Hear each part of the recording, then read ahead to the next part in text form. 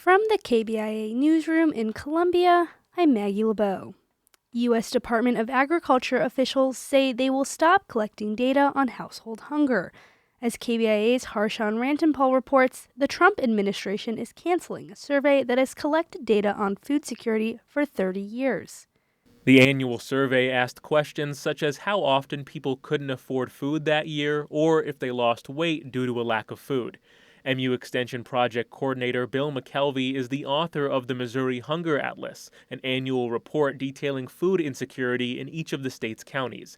McKelvey says he uses USDA data to present long-term statewide and national trends. I'm uncertain at this time how we would sort of fill that gap. If that data wasn't available, I'm not sure where we would go or how we would address that. McKelvey says he also uses tools made by nonprofit group Feeding America, but those models also rely on USDA data. I'm Harshan Rantanpal, KBIA News. And organizations promoting roadway safety can now apply for grants of up to $5,000 from the Central Coalition for Roadway Safety. KOMU 8 reports applications for the grants are open through October 15th. Grant requests must address at least one of the emphasis areas of occupant protection, distracted driving, speed and aggressive driving, or impaired driving. Law enforcement, health departments, community groups, businesses, and nonprofits are eligible to apply.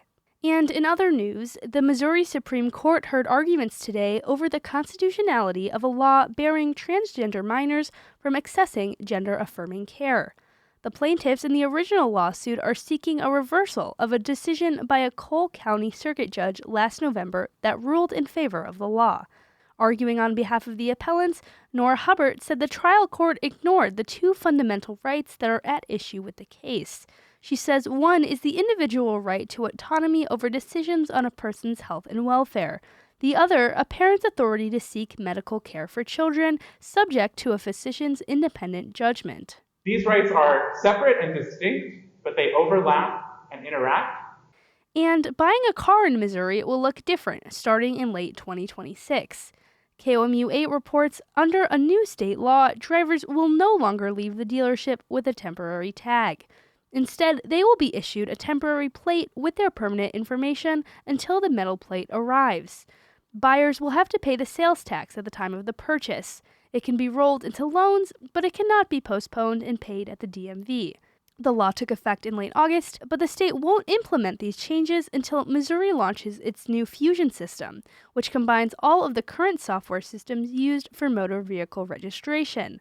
I'm Maggie LeBeau, KBIA News, Columbia.